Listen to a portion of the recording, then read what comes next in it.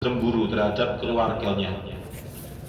Orang yang tidak mempunyai rasa cemburu terhadap keluarganya, jika keluarganya itu diganggu, jika keluarganya itu difitnah dan sebagainya. Itu yang ketiga. Kemudian yang keempat adalah orang yang enggan membayarkan zakat, terutama zakat mal. Orang yang enggan membayar zakat. Jadi 1, 2, 3, 4 itu termasuk orang yang kufur kepada Allah Subhanahu wa ta'ala. Nah, yang kelima yaitu orang yang minum khamr, orang yang meminum minuman keras. Itu termasuk 10 dari umatnya Nabi Muhammad yang dianggap kafir oleh Allah dan juga oleh Kanjeng Nabi. Orang yang meminum khamr, orang yang meminum minuman keras, minum topi miring, topi tegak, topi jatuh dan sebagainya. Atau mungkin jenis ciu. Ciu itu apa? Tahu ngerti ciu? Tahu ya? Bisa tahu mungkin. Ciu itu sebenarnya minuman khas dari daerah Jawa Tengah, daerah Banyumas, daerah sana. Tapi dia memang memabukkan. Itu termasuk haram, nggak boleh. Saya sendiri nggak pernah lihat bendanya kayak apa.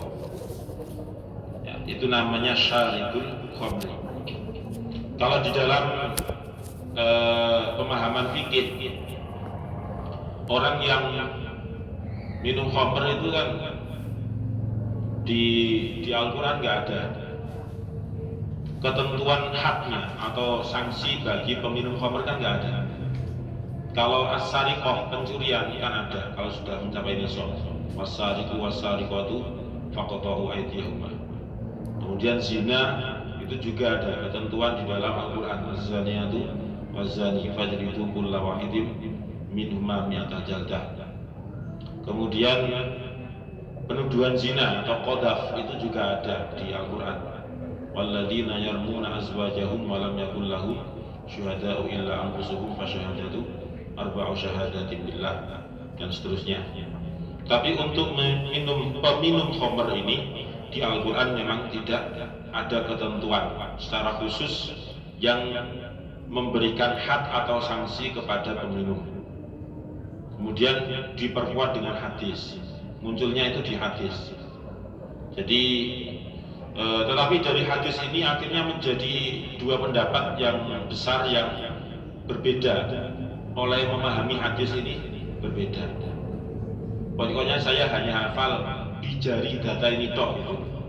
Awalnya lupa. Jadi Kanjeng Nabi itu memberikan hukuman atau sanksi bagi peminum khamr. Ceritanya di jari data ini dengan 2 pelepah kurma. Tapi kalau Kanjeng Nabi itu ditali menjadi satu. Ya, ditali menjadi satu. Nah, akhirnya dipukulkan ke peminum khamr. Nah, dipukulkan kepada peminum khamr itu sebanyak 40 kali. Sebanyak 40 kali. Nah, kita sendiri kan memahami juga mungkin berbeda. Karena Kanjeng Nabi ini menggunakan 2 pelepah kurma yang diikat jadi satu. Dari kejadian ketika Kanjeng Nabi itu memukulkan 2 pelepah kurma yang dijadikan satu kepada peminum khamr dengan jumlah 40 kali pukulan, itu muncul 2 pendapat. Yang pertama, ya tetap dianggap hitungannya adalah 40. Kemudian yang pendapat kedua, tidak, ya hitungannya ya 80.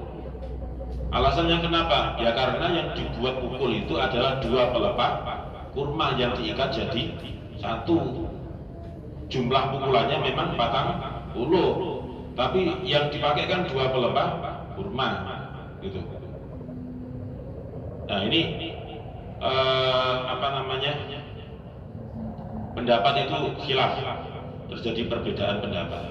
Nah, akhirnya muncul pendapat yang menengahi al-khuruju minal khilaf mustahabun, keluar dari perbedaan itu dianjurkan. Akhirnya di tengah-tengah. Udah gini aja, bagi peminum khamr pemula, ya, peminum khamr pemula, sejak belajaran itu sudah 40 kali saja, 40 kali, tapi tetap menggunakan satu itu. Kalau misalnya di sini ada pelepah kurma, ya satu pelepah kurma, hitungannya 40. Tapi setelah itu kok terjadi lagi, orang yang meminum adalah orang yang sama dan sudah pernah diberi sanksi atau had berupa 40 kali pukulan, maka ditambah pukulannya menjadi 80. Nah, gitu. Jadi supaya tidak terjadi perbedaan pendapat, ya digabungkan dua pendapat itu dengan cara tahapan yang pertama itu untuk meringankan, tahapan yang kedua supaya ada unsur jerah. Nah, gitu. Jadi bijari data ini dengan dua pelepah kurma, karena para sahabat itu sahabat sendiri yang memang khilaf ketika melihat Kanjeng Nabi memukul syaribul khamri. Sahabat situ memahami, loh ini 40, kemudian satunya 40 kali 2 berarti 80, kan gitu ya. Jadi dari dua pemahaman yang berbeda itu kan dihasilkan dari pengamatan yang sama, podo dulu cuma mempunyai kesimpulan yang berbeda gitu. Tetapi nek dirasano ya, bagi orang yang disabet, dipukul pakai dua pelepah kurma dibandingkan dengan satu pelepah kurma, itu bebannya kan lebih berat yang dua pelepah kurma, kan begitu. Mas yo diirino, ya diringankan pukulannya, tetap dia akan berbeda beban berat ketika mengena ke tubuh dari orang yang disanksi itu.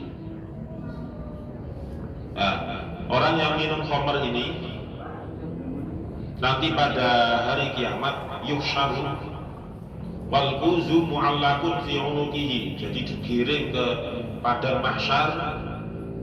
Nah, ketika digiring itu nanti di lehernya akan dikalungkan yang namanya tempat minum khamr itu, seperti bahasa Jawanya kendi, tempat minum ya, ceret, itu dikalungkan di lehernya. Wal qadhu fi yadihi, dan gelasnya itu dipegang di tangannya. Akan tetapi wal huwa antan min kulli jifatin 'alal ardi, dia itu ya, artinya orang yang minum khamr itu ketika nanti digiring di padang mahsyar nanti pada hari kiamat, wa huwa antan, dia jauh lebih asin, lebih bau, melebihi baunya sesuatu atau melebihi baunya bangkai yang ada di bumi ini. Jadi di bumi ini bangkai apa yang paling bau?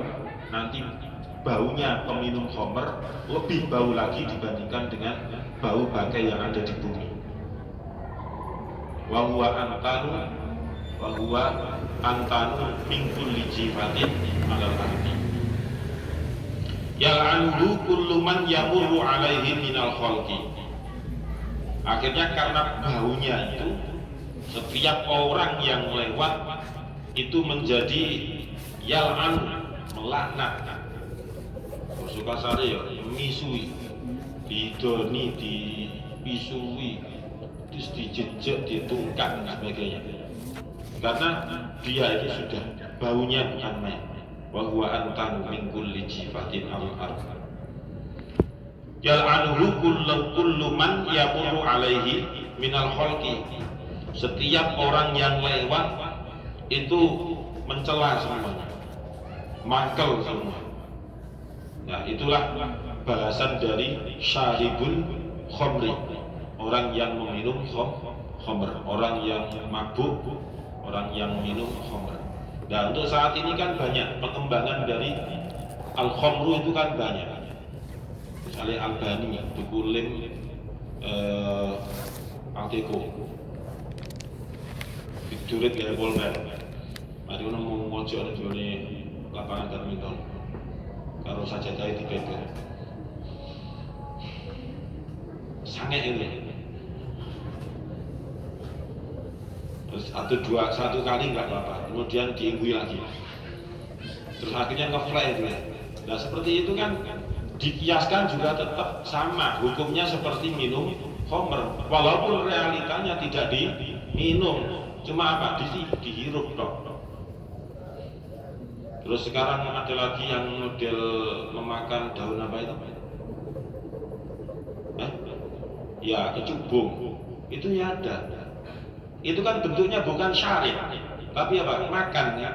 Tapi hukum kias itu tetap berlaku karena ilahnya jelas, sama-sama memabukkan. Ayatnya kan tuku apa jenenge? Semprotan nyamuk. Wanpus.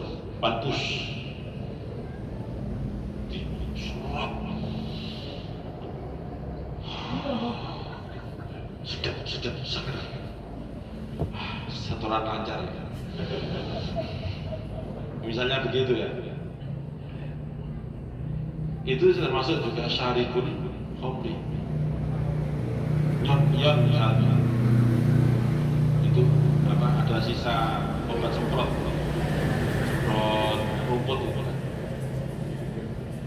Kemudian dicampur kopi, doping, diminum. Langsung hijau semuanya. Akhirnya nge-fly. Jadi narkoba itu ya jenisnya, kiasnya sama dengan khamr karena sama-sama bisa menghilangkan akal sehat. Karena muara masalah itu sebenarnya adalah dari hilangnya akal sehat itu. Ketika orang itu tawuran, gelut, carok-carokan, jejek-jejekan, itu muaranya kebanyakan adalah karena pengaruh alkohol.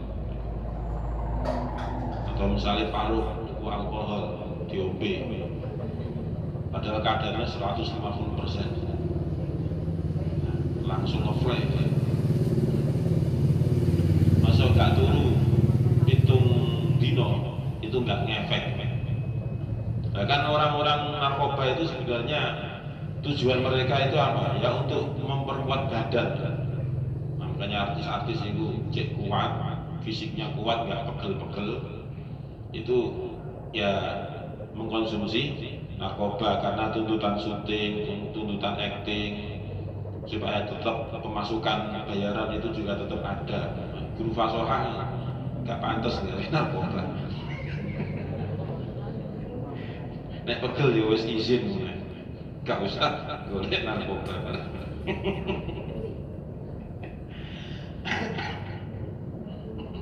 Atau sing kuliah rada-rada nek membahas cek kuat. Gak bisa narkoba, gak usah narkoba. Tambah ketemu Pak Aan bedil di mana. Itu yang kelima. Jadi syarikul khamri itu adalah orang yang sebenarnya sudah tidak beriman kepada Allah. Waman lan wong wajaba kang wajib alaihi ing atase man. Waman lan wong wajaba kang wajib alaihi ing atase man apa al hajju haji.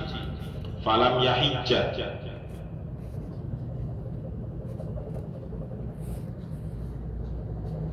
Hajja yahujju, falam yahujja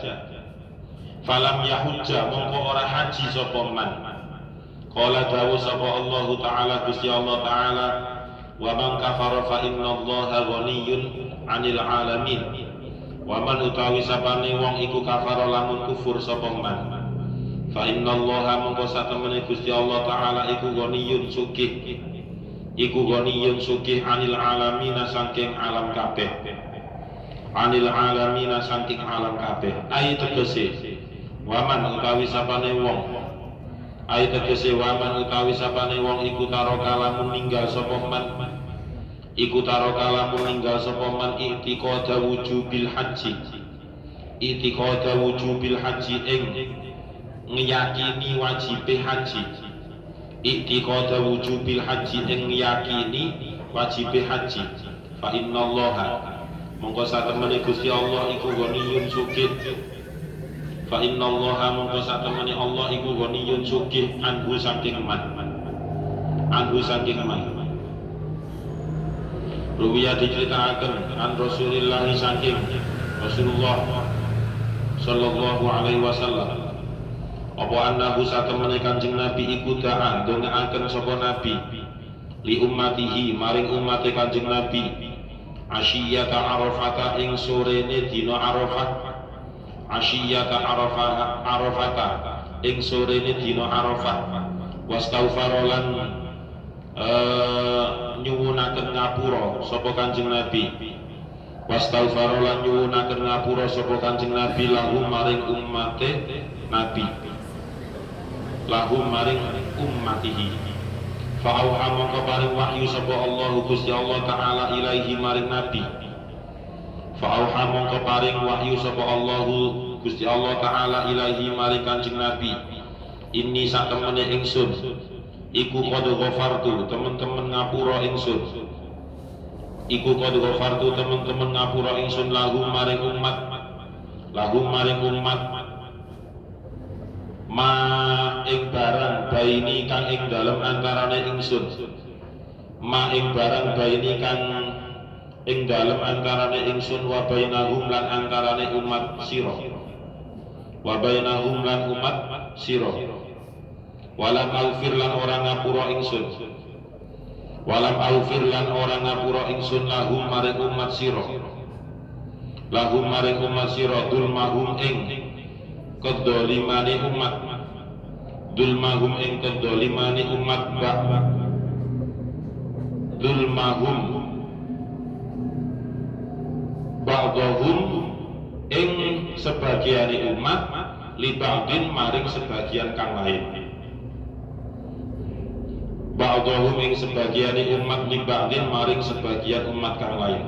Fazada mongko nuli nambahi sapa Kanjeng Nabi, fazada mongko nuli nambahi sapa Kanjeng Nabi fil istighfari ing dalem nyuwunaken ngapura, fil istighfari ing dalem nyuwunaken ngapura. Wa qala lan dawuh sapa Kanjeng Nabi, wa qala lan dawuh sapa Kanjeng Nabi innaka satemene panjenengan iku qadirun dat kang kuwasa, dat kang mampu antur dia ing yen to gawe ridho panjenengan, antur dia ing yen to gawe ridho panjenengan khusumahum ing musuh-musuhe umat, khusumahum ing musuhe umat.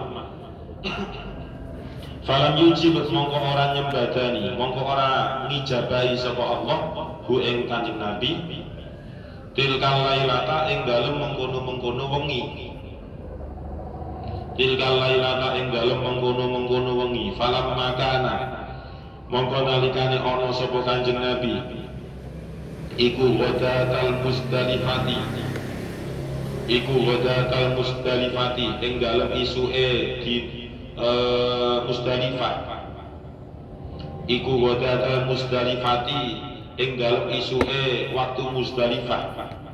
Auha mongko paring wahyu sapa Allah Gusti Allah ilahi maring Kanjeng Nabi bil ijabati kelawan ngijabai, kelawan nyembadani. Fatabas sama mongko mesem sapa Kanjeng Nabi, mongko senyum sapa Kanjeng Nabi sallallahu alaihi wasallam. Wa qala lan dawuh sapa Kanjeng Nabi ajibtu heran ingsun min aduwillahi saking musuhe Gusti Allah taala, rupane iblis,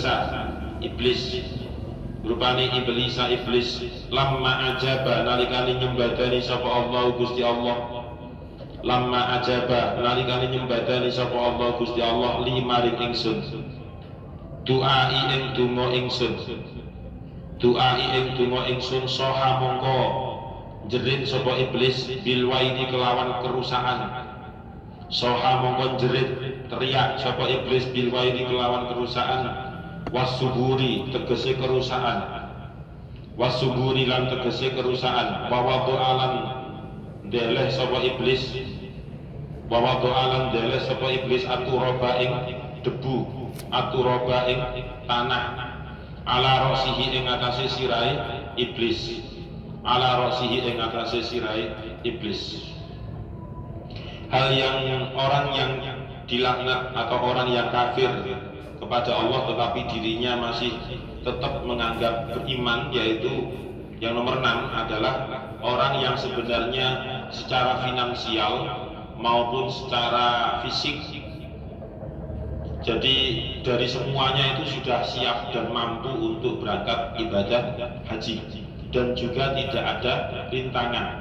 Jadi istitok itu artinya manis tato ilai sabila. Istitok itu pemahamannya banyak ya. Istitok dari segi harta, istitok dari kesehatan, istitok dari keluarga yang ditinggalkan juga. Kemudian istitok firrihlah, yaitu di dalam perjalanan. Itu juga tafsiran dari istitok manis tato ilaihi sabila. Jadi kalau sudah tidak ada masa tunggu, misalnya di Indonesia sudah nggak ada masa tunggu untuk ibadah haji, lancar-lancar saja, pokoknya daftar saiki Dzulhijjah depan berarti sudah berangkat, misalnya seperti itu, maka orang yang tidak mau melaksanakan ibadah haji, walaupun sebenarnya dia adalah orang yang sangat mampu dari semuanya, fisik, kesehatan, keluarga, perjalanan juga lancar, nggak ada rintangan, kemudian finansial juga sangat kaya, ya, sudah sangat layak, sudah sangat layak dan wajib bagi dia itu melaksanakan ibadah haji. Kemudian enggan untuk beribadah haji. Nah inilah orang yang dinyatakan oleh Allah sebagai orang yang kafir, orang kufur, walaupun dirinya itu setiap hari masih melaksanakan sholat, masih melaksanakan kewajiban-kewajiban yang lain dari Allah. Dan Allah sebenarnya juga tidak akan rugi jika ada hamba-hambanya orang Islam yang sudah berkewajiban haji sebenarnya tetapi tidak mau melaksanakan ibadah haji. Itu nggak rugi, kasarannya nggak butuh belas. Makanya fa innallaha ghaniyun 'anil 'alamin, nggak butuh belas. Masa gak budal Gusti Allah juga paten yang kan begitu.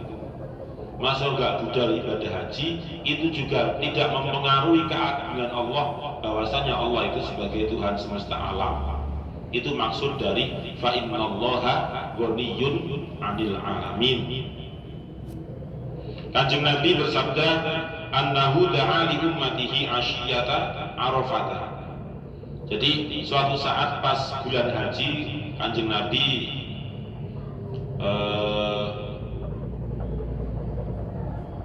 ini kecil sekali, Yusuf ya.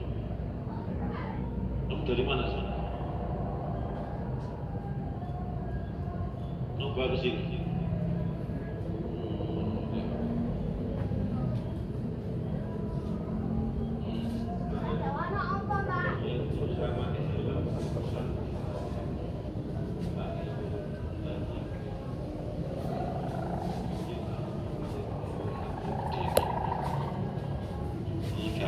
Nek niru dorone kan mungkin.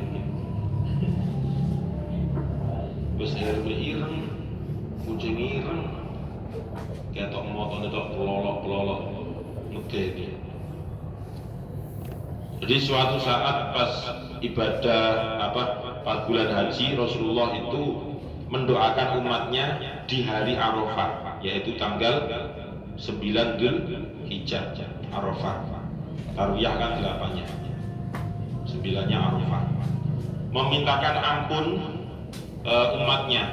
Kemudian oleh Allah langsung diberi jawaban, fa'auhallahu ilaihi inni qad ghafartu lahum, sesungguhnya aku, kata Allah, itu telah mengampuni umat-umatmu itu, ma baini wa bainahum. Jadi yang diampuni itu ya semuanya, ma baini wa bainahum. Akan tetapi walam alfir lahum dulmahum bi ba'dihim li ba'din ba'dhum li ba'din. Akan tetapi kata Allah, saya itu aku tidak mengampuni mereka umatmu yang berbuat kezaliman. Fazada fil istighfar karena tahu umatnya Kanjeng Nabi itu tidak mendapatkan ampunan dari Allah, khususnya bagi orang yang berbuat zalim, akhirnya Kanjeng Nabi menambahkan doa bil istighfar, inna qadirun an turdiya khusumahu, sesungguhnya Engkau itu zat yang maha kuasa untuk meridhoi atau mengampuni permusuhan-permusuhan di antara mereka, jadi tawuran, gelut dan sebagainya. Falam yujibahu tilkal lailah, sampai kan diucapkan itu sore, kemudian sampai malam itu ternyata tidak diijabahi, tidak disembadani oleh Allah mengenai permintaan ampunan dari Kanjeng Nabi. Yang dimintakan ampunan itu adalah umatnya yang dolim, mintanya Kanjeng Nabi kepada Allah. Falamma kana ghadatal Musdalifati, kemudian besok paginya ketika sudah di wilayah Musdalifah itu, auhallahu ilaihi bil ijabah, baru Allah itu nyembadani, Allah itu memberikan jawaban. Fatabassama, artinya jawaban yang Allah mengampuni umat Kanjeng Nabi walaupun mereka berbuat aniaya, baik kepada dirinya sendiri, keluarga maupun orang lain. Akhirnya diijabai, diampuni dosa-dosa dari umat Kanjeng Nabi yang berbuat zalim. Fatabassama sallallahu alaihi wasallam, akhirnya Kanjeng Nabi tersenyum karena mendengar kabar baik itu dari Allah langsung. Ajibtu, kemudian beliau bersabda, ajibtu, saya itu heran, min aduwillahi iblis, heran sama yang namanya iblis itu, musuhnya Allah. Lamma ajaballahu li du'ai, ketika Allah mengijabahi doa Kanjeng Nabi yang terakhir, baru diijabahi paginya itu, ternyata sohabil waili wasuburi, yang namanya iblis itu semuanya teriak-teriak. Teriak itu karena merasa mangkel, merasa marah, kecewa terhadap Kanjeng Nabi dan juga Allah. Kenapa kok diijabahi? Wong sudah berbuat dolim kok jadi gelem dimintai ampunan, lah bahasanya begitu. Seharusnya kan mati Kanjeng Nabi itu berbuat dolim itu nggak usah diampuni, kalau begitu. Tapi kok kenyataannya oleh Allah masih diampuni. Akhirnya iblis bengok, bahwa doa turabah ala rosi. Akhirnya sambil nangis-nangis meletakkan gegem lemah dan disemburkan ke kepalanya itu, karena rasa kecewanya terhadap usaha mereka yang sudah berusaha untuk berbuat zalim, tetapi kenyataannya masih diampuni oleh Allah Subhanahu wa ta'ala. Lah, hadis ini itu membicarakan tentang doa Kanjeng Nabi yang selalu dijawab oleh Allah, selalu disembadani, selalu diijabai, selalu dipenuhi oleh Allah. Akan tetapi yang tidak kalah penting dari pemahaman hadis yang barusan kita baca itu adalah bahwasanya pelaksanaan ibadah haji itu justru lebih penting. Artinya lebih penting karena di area-area yang sudah ditentukan seperti di Musdalifah, seperti pada hari Arafah, itu berarti wukuf di padang Arafah dan sebagainya, itu adalah tempat-tempat yang ijabah, tempat-tempat yang memang oleh Allah Subhanahu wa ta'ala itu selalu dipenuhi permintaan-permintaan dari para kaum muslimin dan juga muslimat yang sedang melaksanakan ibadah haji. Itu yang kesimpulan yang paling utama. Wallahu a'lam bishawab. Al-Fatihah. A'udzubillahi minasyaitonir rajim. Bismillahirrahmanirrahim. Alhamdulillahirabbil alamin arrahmanir rahim maliki yaumiddin. Iyyaka na'budu wa iyyaka nasta'in ihdinas siratal mustaqim. Siratal ladzina an'amta 'alaihim ghairil maghdubi 'alaihim waladdallin. Amin. Bismillahirrahmanirrahim. Subhanakallahumma wa bihamdika asyhadu an la ilaha illa anta astaghfiruka wa atubu ilaik. Subhanakallahumma wa bihamdika asyhadu an la ilaha illa anta astaghfiruka wa atubu ilaik. Subhanakallahumma wa bihamdika asyhadu an la ilaha illa anta astaghfiruka wa atubu ilaik. Semoga bermanfaat. Wassalamualaikum warahmatullahi wabarakatuh.